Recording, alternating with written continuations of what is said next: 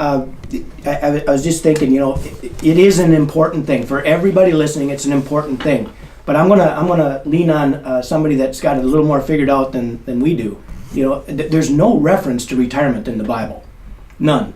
So if you can read through the Bible from beginning to end, and you're not going to see a reference to retirement, and just that concept alone says we should have a changed idea of retirement. I believe that retirement is doing more and more and more of the things that you love to do, and less and less of the things that you don't. That's true retirement. I mean, think about if you're an older person and you're getting to do more of the things you love instead of just thinking about it as a monetary mark. It's about spending your life in the things that make a difference. See, you're not going to take anything with you. No, none of us. So it's not about just how high the stack can get. Now, again, there is realities about the economies. We have to have money. And I believe that we should desire it. I believe we should want to be wealthy. I don't see anything wrong. In fact, I see everything right with wanting to become wealthy. We can help a whole lot more people if we learn how to make our money work for us. All right? Now, Eric's theme was tax, tax, tax. So many business owners, this from a perspective of business owners, they're talked to by their CPAs or by their tax professionals or by people that know things about money, always about tax, tax, tax. And what should you do? If you're a business owner, what has your CPA told you to do? What have they told you? They've told you to put your money into a SEP plan, a simple plan, an IRA, right? Of course.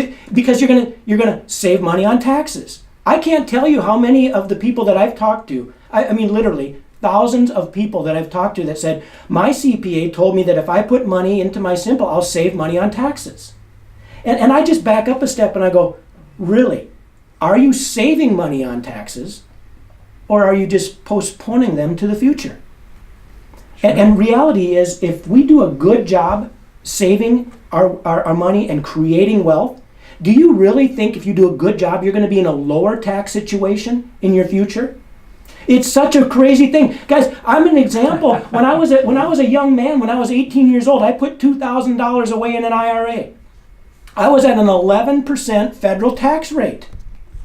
Do you think that my tax rate is a little bit higher now than 11%? We'd like to hope so. Yeah, and how about all the other business owners that have all these other things going on in their life, all these expenses, all these things they're trying to do? They're paying away tons of interest.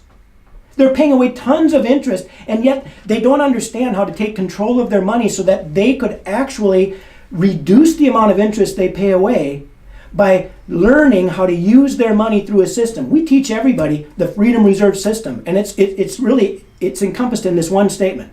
You're either going to use the banks or you're going to learn how to be the bank.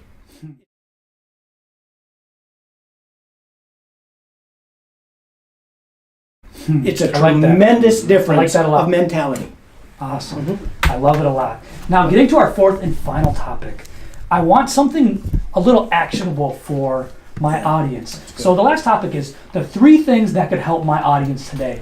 And between the two of you, however you would like to answer, what are 3 actionable things? What are 3 pieces of advice that they could apply to their personal budget, to their taxes, to their retirement planning? What are 3 things that they could that could help my audience today? That's really good. 3 things. I'll hit on 3, Dan, and then see what you want to add to it. I'm sure you both could hit on. Yeah. You know what? Let's overwhelm. That's what we do here. We over deliver. I'd like both of you to choose 3. So, Angel, what we go through a lot with clients on just a beginning, discovering freedom, what we come to at the end of this session is saying, let's get a basis to start with. Whether you're engaging with working with us or not, here's something that we hope you take away, and you can utilize this whether you're working with us or not. So I'll go to the most simplest 80-10-10 rule. So 80% of your income you're using for your lifestyle, everything that you're paying for your day-to-day expenses. 10% is for God, for your gifting, your charities. Tithe, of course. 10% for savings. So this isn't the normal savings that you're thinking of where you pull up a couple $100 every month and then a year later, where's it at? It's not growing to 2, 3, 4,000. It's still back at that $200 or $300 because people put money in, they take it out, and they spend it. That's part of the 80%. You need that account. Keep that separate for emergencies. Have 10% that is strictly going into a savings account. We say set it up as a joint checking account. That way you have access to it, it's tracking with bank statements. Build that account up. It's a 10% into an asset account where you're just building it up to use for any assets, whether it's purchasing an investment property, expanding your business, whatever it is. If you sell something out of that asset account, the gains, the profits go back into that same checking account. So Okay. 10% savings, get it started automatically. I like that. First.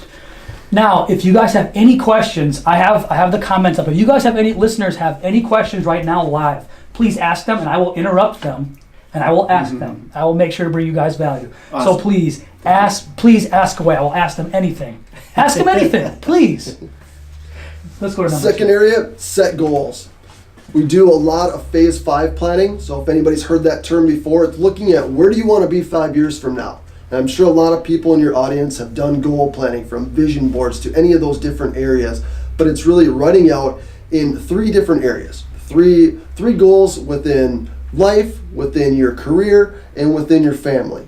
Hit on those 3 areas, and I also recommend doing that. Have your spouse do the same, or your business partner, and then come together, review those together, and see what that looks like together. Especially for business owners, taking that opportunity. What if one business owner says, 5 years, I want to have 10 more locations open and grow our business. The other business owner wants to be retired and on an island.